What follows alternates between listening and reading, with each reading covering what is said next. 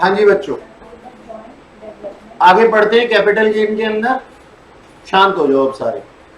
हमारे पास में क्या लिखा हुआ है, transfer of capital asset under joint development agreement. पहले तो ये होता क्या है, पहले इसके बारे में समझ लेते हैं। कुछ नहीं लिखना, हमने कुछ नहीं लिखना, बुक्स में सब लिखा हुआ है, सारे नोट्स आप लोगों के पास में हैं और आपको केवल समझना है। ध्यान से सुनो मेरी बात को।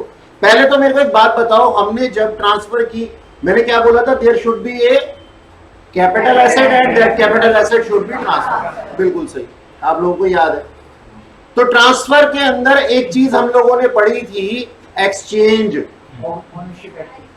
ओनरशिप एक्सचेंज होना को हम ट्रांसफर कहते हैं। और एक्सचेंज के अंदर हमने ये पढ़ा था, मतलब मैंने ये भी बताया था कि बार्टर सिस्टम के अंदर भी कोई चीज हो सकती है, यानी कि जरूरी नहीं है पैसे दे करके ही सामान मिल रहा हो या सामान बेच करके पैसे मिल रहे हो। अगर मैं ये कहता हूं कि मेरे पास में कोई चीज थी, मेरे पास में कोई ये चीज थी और मैंने उसको किसी बड़ी चीज से रिप्लेस कर दिया है, तो जाहिर सी बात है, एक बात याद रखना, मैं क्या कहता हूं, मान लो ये चीज मेरे पास में 2 करोड़ की थी और 5 करोड़ रुपए का मेरे पास में एक हाउस प्रॉपर्टी, तुम्हारे पास में थी हाउस प्रॉपर्टी 5 करोड़ वाली और 2 करोड़ वाली हाउस प्रॉपर्टी मेरे पास में थी। हमने क्या किया, इसका आपस में आदान प्रदान कर लिया, एक्सचेंज कर लिया। तो अब दिखाई दे रहा है बेनिफिट किसके हाथ में आया, मेरे हाथ में आया। तुमने अपनी 5 करोड़ की प्रॉपर्टी 2 करोड़ रुपए की प्रॉपर्टी से रिप्लेस कर ली है, यानी कि मुझे एक्स्ट्रा बेनिफिट हुआ है, कितने का, 3 करोड़ का। अब ये 3 करोड़ आया कैसे है sir, 5 crore minus 2 crore, simple है। ये बात समझ में आ गई सर, इसमें समझने वाला है ही क्या, तो बहुत आसान सी बात है। हाँ बिल्कुल, आप इसी चीज को ध्यान में रखते हुए हम ना क्या पढ़ रहे हैं, अपना सेक्शन 45 सब सेक्शन 5A पढ़ रहे हैं। इसके अंदर होगा क्या, आजकल तुम लोगों ने देखा है, तुम्हारे पास में एक मकान है, तुमने उस मकान को, बने बनाए मकान को एक बिल्डर को दे दिया। हम ना बिल्डर नहीं कहते इसको, क्या कहते हैं, डेवलपर। क्या बोलते हैं इसको, डेवलपर। तो रियल एस्टेट की बात कर रहा हूं। अच्छा, रियल एस्टेट का मतलब क्या होता है जी, बिल्डिंग नहीं सर, रियल एस्टेट का मतलब होता है हमारे पास में लैंड से जुड़ी हुई ट्रांजैक्शन। तो मेरे पास में एक लैंड थी या एक बिल्डिंग थी या फिर दोनों ही थी, मतलब समझे इसका। हो सकता है सिर्फ बिल्डिंग के ऊपर मालिकाना अधिकार मेरा हो सकता है सिर्फ लैंड के ऊपर मालिकाना अधिकार मेरा हो, या फिर हो सकता है कि लैंड और बिल्डिंग दोनों ही मेरी हो। तो मेरे पास ना एक बिल्डिंग बनी हुई थी, देखो थोड़ा सा डायग्रामेटिकली भी देखते हैं। बिल्डिंग बनी हुई थी लेकिन ये ना ओल्ड स्ट्रक्चर था, अच्छा सा नहीं दिख रहा था। तो मैंने एक बिल्डर को बुलाया, एक डेवलपर को बुलाया, मैंने कहा सर इसको है ना आप तोड़ दो और इसकी जगह पे एक नई बिल्डिंग कंस्ट्रक्ट कर दो। वो कहते हैं ठीक है सर, कर देंगे हम, ऐसा नए तरीके से मकान बना देंगे, लेकिन ना इसका कुछ पोर्शन हम ले लेंगे आपसे। ये वाला सबसे टॉप वाला फ्लोर ले लेता है वो, ग्राउंड वाला हम नहीं देते उसको, क्योंकि उसके साथ पार्किंग भी चली जाएगी घर में। तो ये हमने दे दिया, ठीक है जी, किसको, डेवलपर को।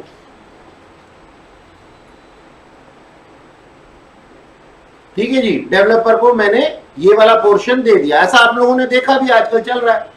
अच्छा, डेवलपर ना सिर्फ ये ही नहीं लेता हमसे, हमारे को क्या दे देता है, कुछ रेंट भी दे देता है। भाई जब तक ये बिल्डिंग टूट रही है तब तक क्या हम रोड पे रहेंगे, डेवलपर अपने घर में रखेगा नहीं। वो क्या कहता है, वो कहता है सर आप है ना for the time being rent की बिल्डिंग में शिफ्ट हो जाओ और आपको रेंट पे नहीं करना पड़ेगा, मैं पे करूंगा आपका रेंट। तो क्या आप ऐसा मान सकते हैं कि उसने हमारे को कैश भी प्रोवाइड किया है? बिल्कुल सर, कैश प्रोवाइड किया। तो नंबर 1 तो क्या है, एक पोर्शन, आपने इसके फीचर देखे, एक पोर्शन चला गया, और दूसरा कैश रिसीव हो गया एज रेंट हमारे को। बात समझ में आई? तो इसी को ना हमने, इसी के ऊपर हमने इस ट्रांजैक्शन के ऊपर कैपिटल गेन लगाना है। अब सर इसके ऊपर कैपिटल गेन क्यों लगेगा, पहले तो ओनरशिप तो ट्रांसफर ही नहीं हुई है ना। आप लोग ये कहोगे ना कि सर ओनरशिप तो ट्रांसफर ही नहीं हुई है, there should be a capital asset and that capital asset should be transfer. ये मिस्टर एक्स का मकान था और ये मिस्टर एक्स के पास ही है, तो यहां पे कैपिटल गेन क्यों लगेगा? लगेगा।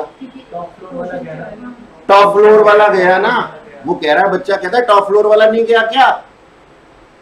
तो मैंने कहा हाँ बिल्कुल सही है, थोड़ा थोड़ा बत्ती जल रही है।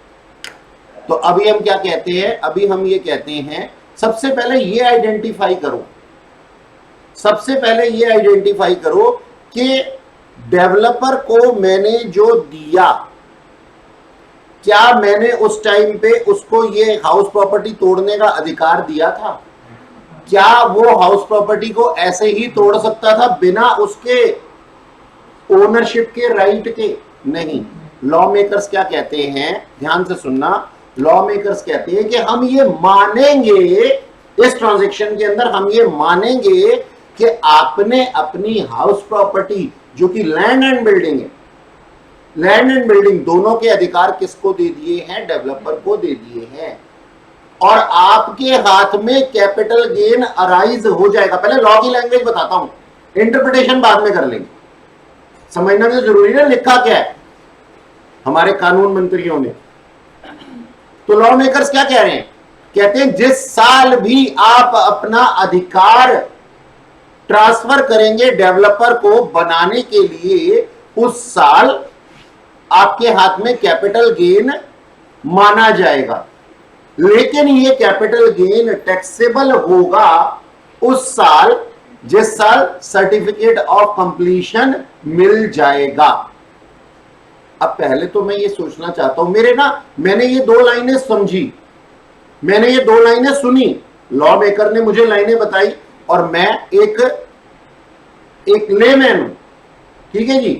तो लेमैन को लॉ मेकर ने क्या बताया? कहता है कैपिटल गेन लगेगा उस साल जिस साल आपने कंस्ट्रक्शन करने के लिए डेवलपर को ये जमीन और बिल्डिंग दी है। कैपिटल गेन उस दिन लगेगा, वैल्यूज क्या आएंगे वो बात की बात है, लेकिन ये टैक्सेबल होगा उस साल जिस साल certificate of completion prescribed authority से मिल जाएगा। तो मेरा सिर चकरा गया सुन करके, मैंने कहा ये क्या कहना चाह रहा है? तो मैं बता देता हूं ये क्या कहना चाह रहा है। ये कहना ये चाह रहा है कि बेनिफिट ऑफ इंडेक्सेशन कब तक मिलेगा? जब तक आपका, जिस दिन आपने ये ओनरशिप का राइट उसको ट्रांसफर किया था, किसके लिए? बनाने के लिए, कंस्ट्रक्शन करने के लिए। तो सीआईआई का बेनिफिट वहां तक मिलेगा, और इसके ऊपर टैक्स कब देना पड़ेगा? जब ये बिल्डिंग बना करके आपको हाथ में दे देगा। अब समझ में आई ये दो लाइनें?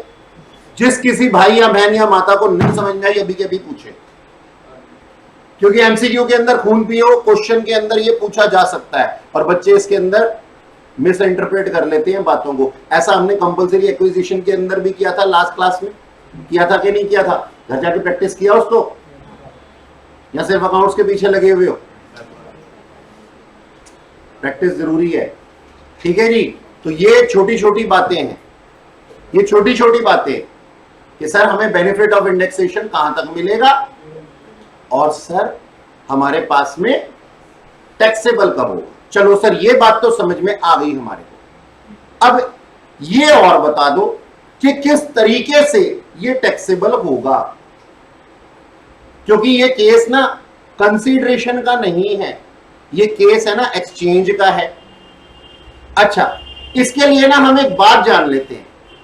मैं ये कहता हूं, मान लो ये वाली हाउस प्रॉपर्टी जिसको कि मैंने कंस्ट्रक्ट कराने के लिए तोड़ने का अधिकार इसको दिया है और फिर रिकंस्ट्रक्ट करने का अधिकार मैंने दिया है, मान लो ये प्रॉपर्टी मैंने परचेज की थी फॉर 50 लाख। कब? साल 2005-6 में, ठीक है जी। और जिस साल मैंने राइट ट्रांसफर किए, अधिकार ट्रांसफर किए, उस साल इसकी जो वैल्यू थी, उस साल इसकी जो वैल्यू थी, इसको हम क्या कहते हैं? प्यार से वैल्यू को ना एक नाम दे देते हैं, ऐसे ही नहीं हवाबाजी में नहीं बोलेंगे, इसको प्यारा सा एक नाम दे देते हैं, stamp duty valuation. Stamp duty valuation is the value of property prescribed by authority. क्योंकि अभी कोई पैसा थोड़ी मिल रहा है हमारे को, और अभी कोई मकान भी बन के नहीं तैयार हो गया। लेकिन लॉ मेकर्स क्या कह रहे हैं, कहते आज ही कैपिटल गेन अराइज करो, टैक्स चाहे बाद में दे देना। तो आज हमारे हाथ में ना पैसा आया ना मकान आया, तो हमारे दिमाग में ये चल रहा कि यार फिर मैं सेल्स कंसीडरेशन किसको मानूं।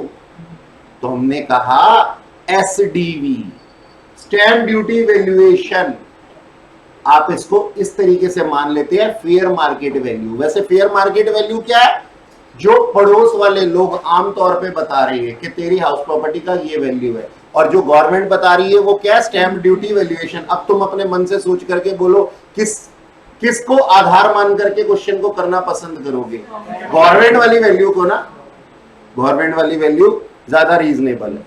ठीक है जी, तो मैं कहता हूं एसडीवी ऑफ हाउस प्रॉपर्टी, यानी कि जब ये मकान बन करके तैयार होगा तो हम ये मानते हैं इसकी ये करंट वैल्यू होगी। अच्छा, क्या सिर्फ हमें इतना ही रिसीव हुआ है?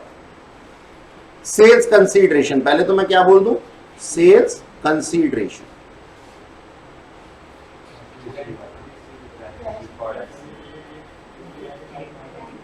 अब देखो कहीं कहीं से आवाज आ रही है,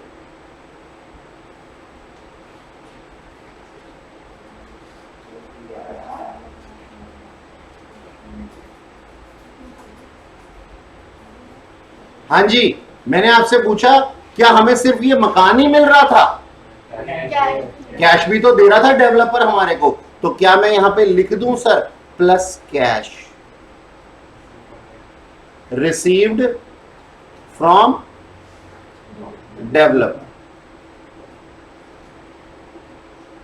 ठीक है सर, जो रिसीव हो रहा है वही तो सेल्स कंसीडरेशन है ना। रिसीव क्या हो रहा है, एक तो stamp duty valuation of house property, वो हाउस प्रॉपर्टी मेरे को दे देगा, लेकिन क्या पूरी पूरी हाउस प्रॉपर्टी मेरे को दे देगा? नहीं। तो क्या मैं इसको यहां लिख दूं, portion received by previous owner.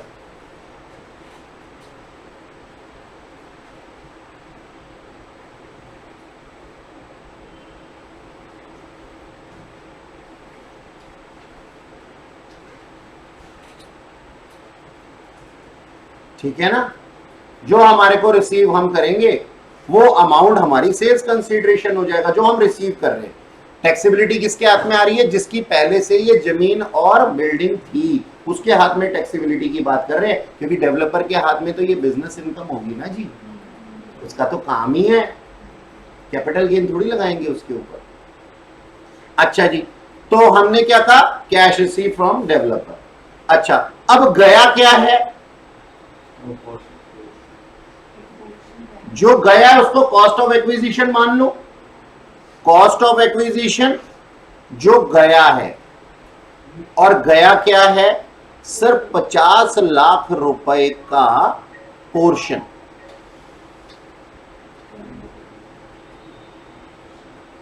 Portion of 50 lakhs transfer to developer.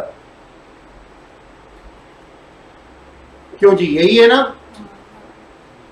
Receive किया है, हाँ रिसीव किया पर मिला है, वो मतलब रेंट के लिए मिला है जी तो जनाब, पे भी तो कर देंगे बाद में। हाँ तो कर दो सर, लेकिन आपको बेनिफिट तो रिसीव हुआ ना। एक बात बताओ, आप अपने घर में रह रहे थे, मजे से रह रहे थे, किसने कहा था तोड़ करके मकान बनाने की? और उसके अंदर एक एक्स्ट्रा बेनिफिट आपने ले लिया सामने वाले पर्सन से। ठीक है, अगर आप मकान के बदले में मकान कर रहे होते तो हमारे को ये कैश का मतलब ही नहीं था, लेकिन सामने वाले ने आपकी ऑब्लिगेशन भी तो पूरी की है ना। रेंट किसको पे करना चाहिए था, आपको पे करना चाहिए था। तो वो पता है जनरली क्या कर रहा है, वो ये कर रहा है, रेंट पे जरूर कर रहा है, लेकिन वो जो पोर्शन उसने लिया है ना, उसमें से ये रेंट भी रिकवर कर लेगा, इतने प्राइस पे बेचेगा इसको डेवलपर। तो देखो, सबसे पहले मैंने स्टार्ट कहां से किया था, वापस से शुरू करते हैं। मैंने स्टार्ट किया था, आप लोगों को बोला था, मैंने कहा था कि अगर मैं आपसे कोई चीज ले लूं और आपको कोई चीज दे दूं, और अगर मेरे को मिलने वाली चीज ज्यादा अमाउंट की और आपको रिसीव होने वाली अमाउंट चीज जो है वो कम अमाउंट की है, तो कैपिटल गेन किसके हाथ में होगा? आपने कहा था सर आपके हाथ में होगा, यानी कि मेरे हाथ में होगा। एक्सचेंज को हमने कैपिटल गेन की ट्रांसफर की डेफिनेशन में डाला हुआ है और यहां एक्सचेंज हो रहा है। हमने अपना राइट ट्रांसफर किया, उसको अधिकार ट्रांसफर किया, और जिस दिन अधिकार ट्रांसफर किया उस दिन स्टैंप ड्यूटी वैल्यूएशन कहती थी कि हमारे हाउस प्रॉपर्टी की कुछ एक वैल्यू है, तो उसी को हमने सेल्स कंसीडरेशन मान लिया। जितना पोर्शन हमारे पास आएगा, मान लो 1 मिनट के लिए मैं यहां पे ना अमाउंट दे देता हूं, टोटल एसडीवी, मैं बोल देता हूं सर टोटल एसडीवी कितने लाख रुपए है, मान लो मैं कह देता हूं सर ये 60 लाख रुपए है, ठीक है जी, एज 60% फॉर 60% पोर्शन।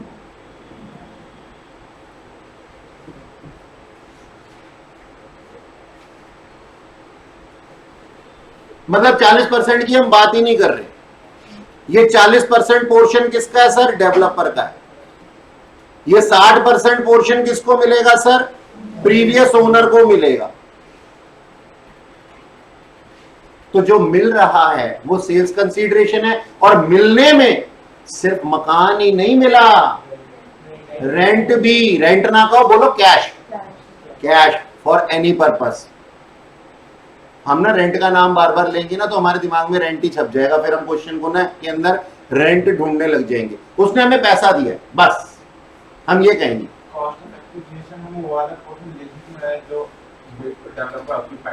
क्या सर? कॉस्ट ऑफ एक्विजिशन तो वो लेते ना, जब हमने खरीदी थी, हाँ, उसमें खरीदे में जो हमारा खर्चा हुआ था, हाँ, तो फिर हम वो पोर्शन को ले रहे हैं जब, लेकिन कब करते हैं ऐसा?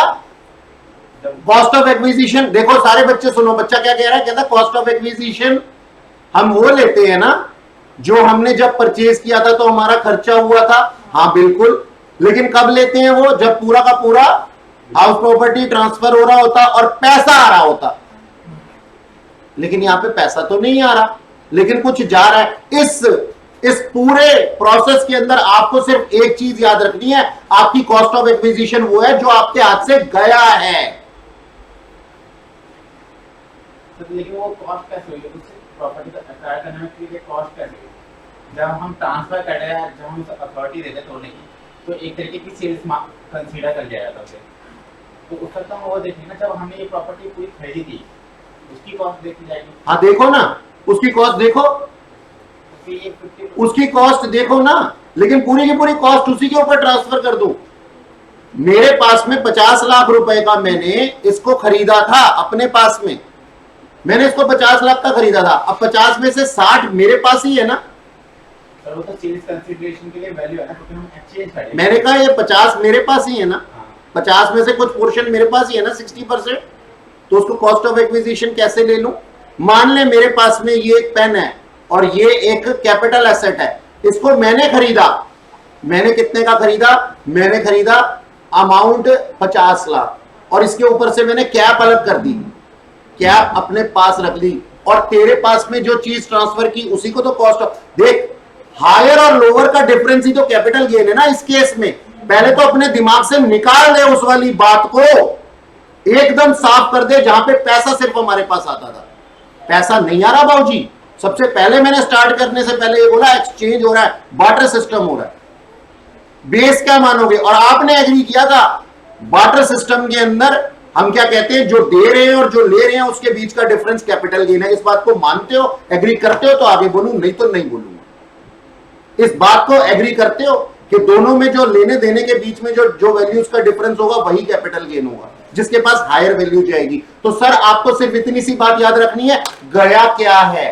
40% पोर्शन गया है, और आया क्या है? जो अमाउंट रिसीव हुआ है, एसडीवी ऑफ पोर्शन जो मेरे नाम पे डेवलपर ने वापस मुझे दिया है, प्लस कैश मुझे दिया है। तो जो आया है वो सेल्स कंसीडरेशन है, जो गया है वो कॉस्ट ऑफ एक्विजिशन। तो गया क्या था? पूरा का पूरा 50 लाख का अमाउंट? नहीं सर, पूरा का पूरा 50 थोड़ी गया था, 50 का कुछ पोर्शन, हाँ 20 गया था। बात समझ में आई? तो यहां पे ना एक्सचेंज चल रहा है बाबूजी, यहां पे वो नहीं चल रहा कि पैसा आ रहा और पूरा के पूरे एक्सपेंस मान करके हम माइनस कर दें उसमें से। एक्सचेंज है यहां पे। अपने दिमाग, सबसे पहले मैंने ये बात ही समझाई थी कि यहां पे दिमाग लेकर के चलना। जैसे ही क्वेश्चन आ जाए तुम्हारे पास में सेक्शन 45 सब सेक्शन 5A का, दिमाग में सोच लेना बार्टर सिस्टम है, मकान के बदले में मकान मिल रहा है। और जहां तुम्हारी भावनाएं उसके ऊपर हावी हुई कि मकान तो मेरा ही है, जा क्या रहा है आ क्या रहा है, तो बाबूजी जा रहा है हक। क्यों? क्योंकि बनवाना है। किसी भी चीज के ऊपर ना हम कंस्ट्रक्शन का राइट किसी को जब देते हैं ना, तो उसको पहले ट्रांसफर करना पड़ता है राइट के, हाँ आपको अधिकार है, हम आपके ऊपर केस फाइल नहीं करेंगे। पता लगा मैंने उसको क्या नाम है ओनरशिप ट्रांसफर, मैंने कहा कि हाँ चल बना दे भाई ये बिल्डिंग तोड़ करके, और अगले दिन FIR दर्ज करा रहा हूं उसके खिलाफ, भाई साहब ये तो मेरा मकान तोड़ गया इल्लीगली।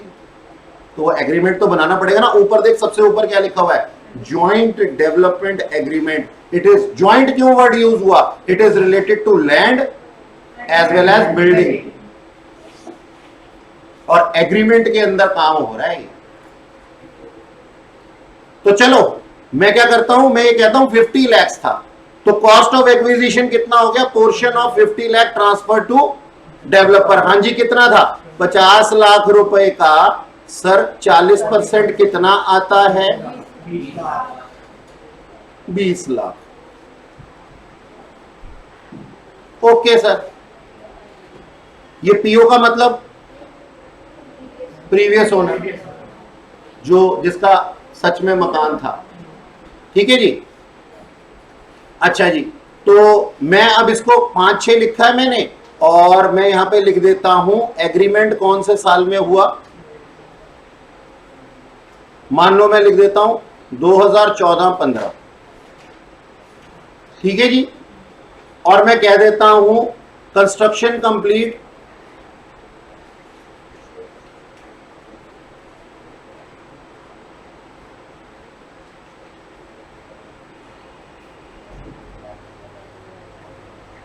मान लो 2017-18।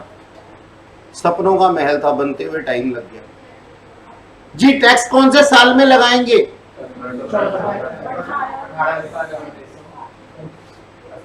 क्वेश्चन ध्यान से सुनो, क्वेश्चन ना असेसमेंट ईयर और प्रीवियस ईयर नहीं खेल रहा मैं कह रहा हूं टैक्स प्रीवियस ईयर बोल दो। चलो, टैक्स कौन से साल में लगाएंगे?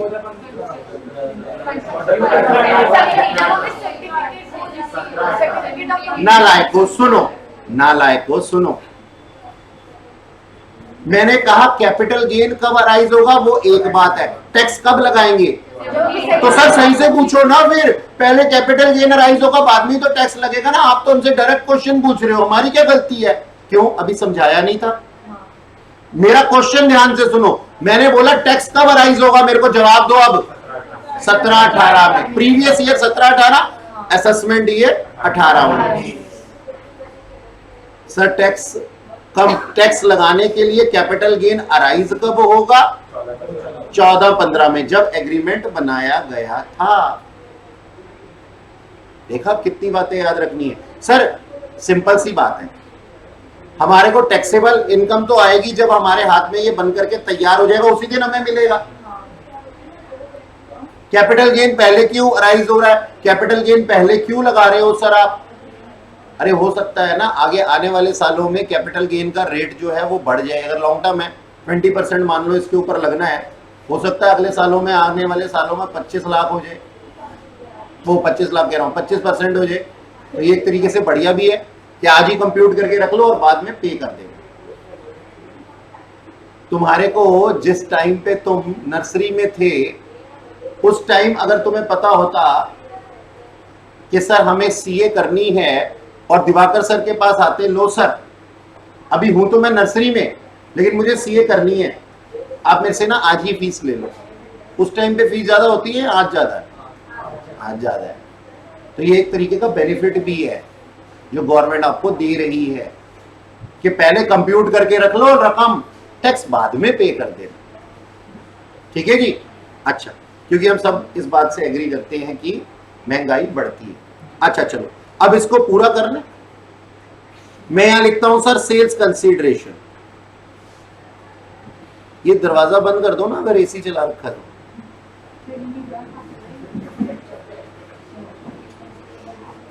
चल नहीं रहा? चल तो रहा है बेटा। और सुबह सुबह का माहौल है, अभी इतनी गर्मी भी नहीं है वैसे तो, लेकिन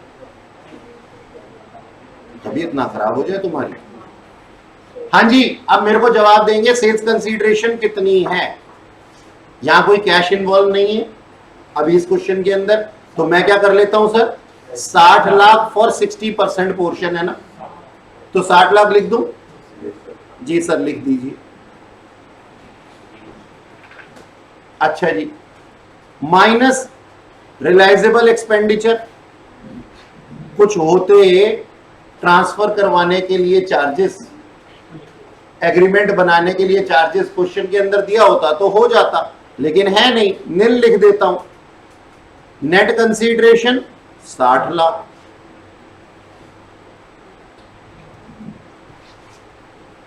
ठीक है जी, ठीक है सर। अब माइनस करेंगे sir cost of acquisition, actually index cost of acquisition,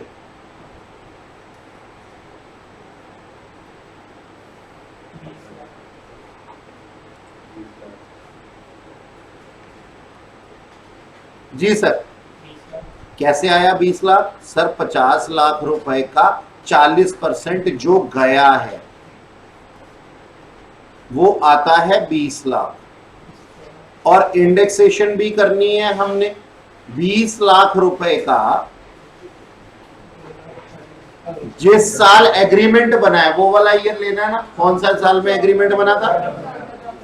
14-15, तो 14-15 का CII कब बताओगे? 240। और इसको परचेज कब किया था? 5-6,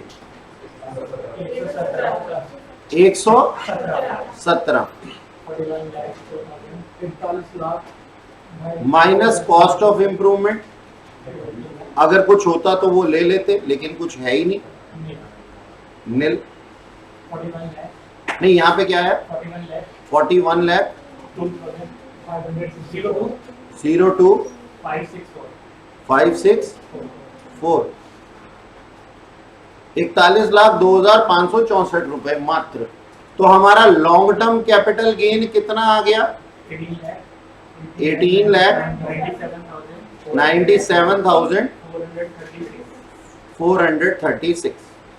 ठीक है सर, ये है हमारा पूरा का पूरा